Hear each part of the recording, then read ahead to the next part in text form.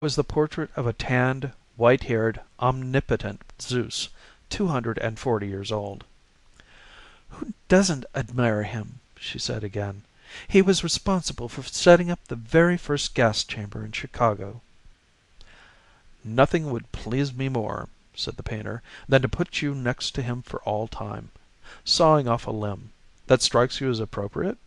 "That is kind of like what I do," she said. She was demure about what she did. What she did was make people comfortable while she killed them. And while Leora Duncan was posing for her portrait, into the waiting room bounded Dr. Hitz himself. He was 7 feet tall, and he boomed with importance, accomplishments, and the joy of living.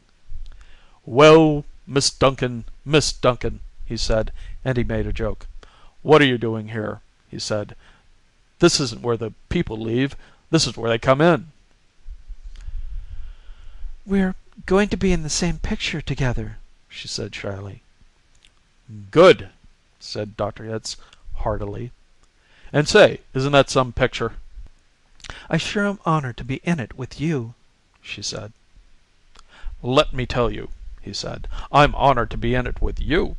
Without women like you, this wonderful world we've got wouldn't be possible." He saluted her and moved toward the door that led to the delivery rooms. "Guess what was just born," he said. "I can't," she said. "Triplets," he said. "Triplets!" she said. She was exclaiming over the legal implications of triplets. The law said that no newborn child could survive unless the parents of the child could find someone who would volunteer to die. Triplets, if they were all to live, called for 3 volunteers. "Do the parents have 3 volunteers?" said Leora Duncan. "Last I heard," said Dr. Hitz, "they had 1, and were trying to scrape another 2 up."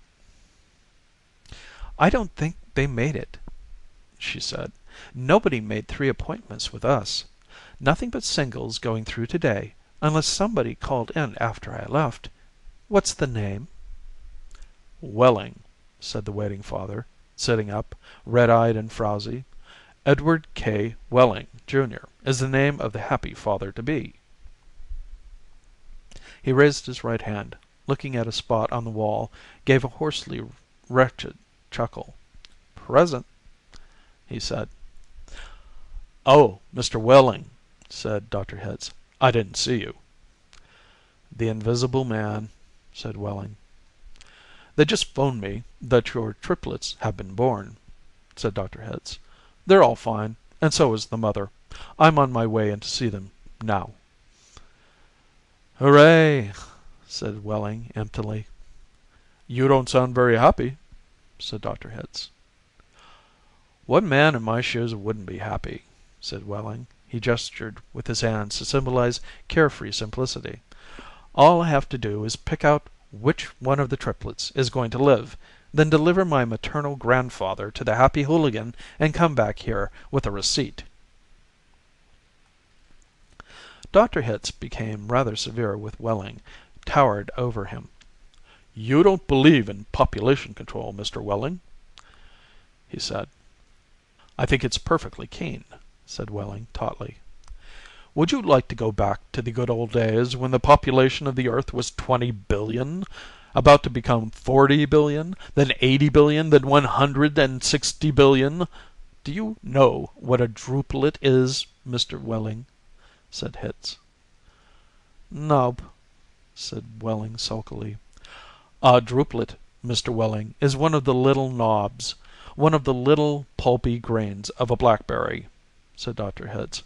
"Without population control, human beings would now be packed on the surface of this old planet like drupelets on a blackberry. Think of it." Welling continued to stare at the same spot on the wall.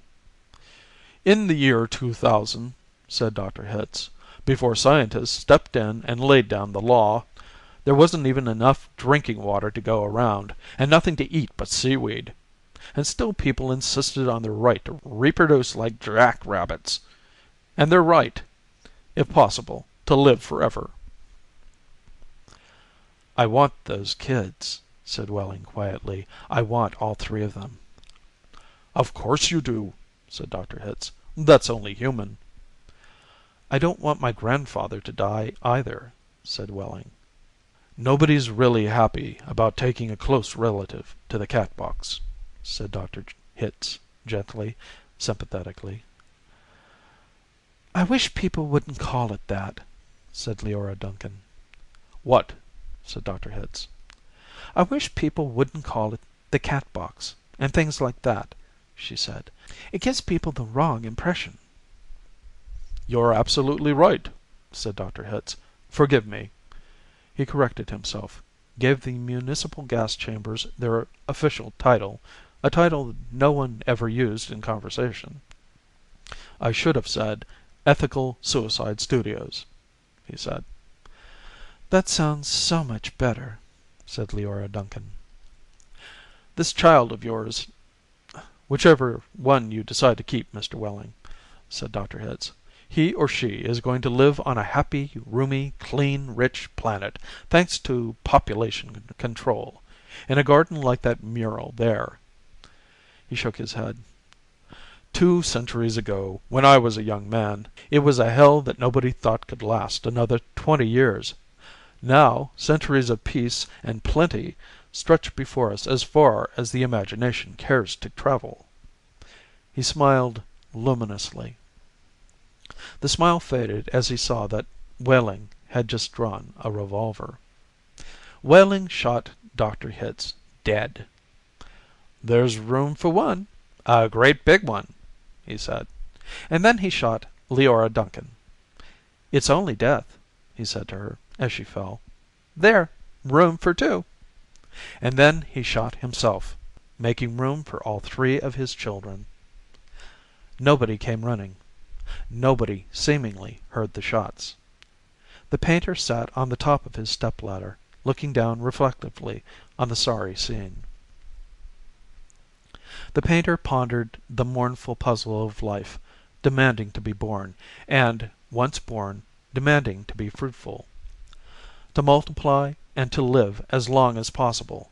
To do all that on a very small planet that would have to last forever. All the answers that the painter could think of were grim, even grimmer, surely, than a cat box, a happy hooligan, an easy go. He thought of war. He thought of plague. He thought of starvation. He knew that he would never paint again. He let his paintbrush fall to the drop cloths below. And then he decided he had had about enough of life in the happy garden of life, too, and he came slowly down from the ladder. He took Welling's pistol, really intending to shoot himself, but he didn't have the nerve. And then he saw the telephone booth in the corner of the room. He went to it, dialed the well-remembered number, to be or not to be. Federal Bureau of Termination, said the very warm voice of the hostess. How soon could I get an appointment? He asked, speaking very carefully. We could probably fit you in late this afternoon, sir, she said. It might even be earlier, if we get a cancellation.